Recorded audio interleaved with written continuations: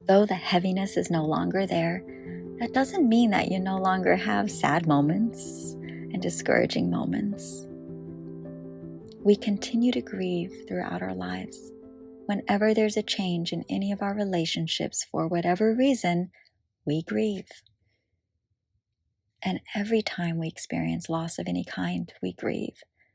That's why even high school and college graduates grieve.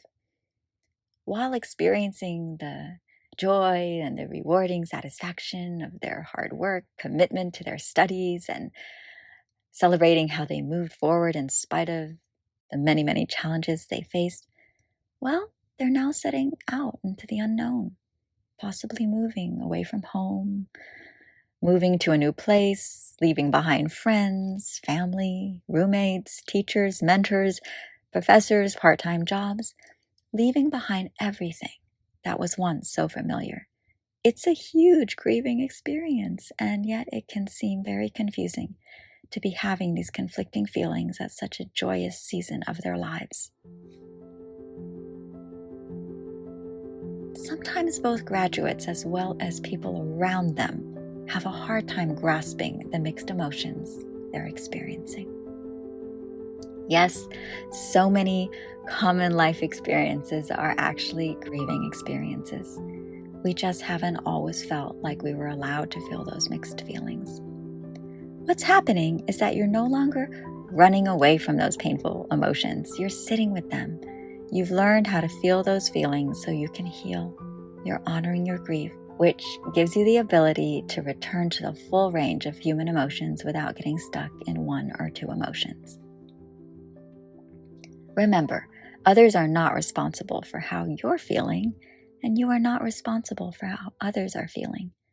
Yes, you can be there for those in need and continue to meet the needs of others as long as meeting their needs doesn't come at the expense of you meeting your own needs.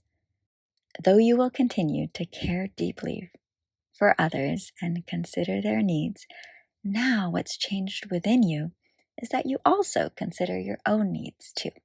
And of course, since you're showing up in a new way and you're learning how to say no when necessary, and maybe you're stumbling over your words a bit and you're struggling with saying those no's in favor of saying the most important and healthiest yeses in your life, well, you're still learning how to get good at saying no because you've only ever accommodated others' wants and needs and expectations of you. So you might not be so great at saying no yet, but it will get better and you will get better at it, just as with anything else in life. So remember, when you're in the midst of it all and maybe you're experiencing some strained relationships as both you and others are getting used to the new, healthier way you're showing up in your life and you're still making some mistakes along the way, remember, it's an imperfect journey and nobody gets this 100% perfect.